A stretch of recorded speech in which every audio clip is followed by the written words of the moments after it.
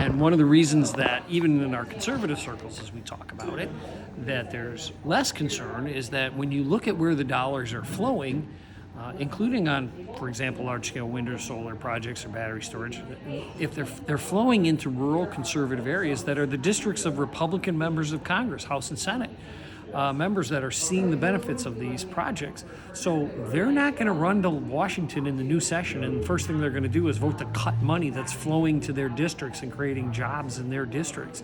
So even though there's been a lot of rhetoric during the campaign against the funding or the programs, on the ground, what it's doing are things that those elected officials are going to see as beneficial. So they're not going to just run right out and start cutting what's helpful to their own communities. So that's one reason we're not as concerned about not some of the funding may be cut, some things, but by and large, the most impactful programs are creating economic benefits and community benefits. So they're likely going to stay. The funding will stay. And we still have a lot of lever. Most of the levers are local for clean energy siting, wouldn't you say? Well, in terms of siting projects, that's almost all going to be local.